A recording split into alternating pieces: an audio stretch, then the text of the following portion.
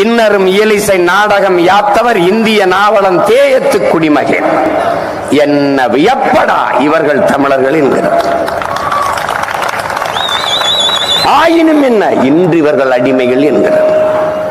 அந்த அடிமை நிலையில் இருந்து விடுபடவே யாம் இந்த புரட்சிகர அரசியல் படையை நடத்துகிறோம்.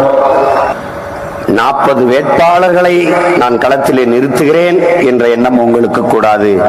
40 புரட்சியாளர்களை உங்களுக்கு முன்பு நிறுத்துகிறேன். தமிழ் தேசிய அரசியலின் கோட்டையை கட்டி எழுப்புகிற 40 தூண்களை உங்களுக்கு முன்னிறுத்துகிறேன். இவர்கள் அல்ல வேட்பாளர்கள், நீங்கள் ஒவ்வொருவரும் களத்திலே நிற்கிற வேட்பாளர்கள் என்கிற எண்ணம் உங்களுக்கு இருக்கு.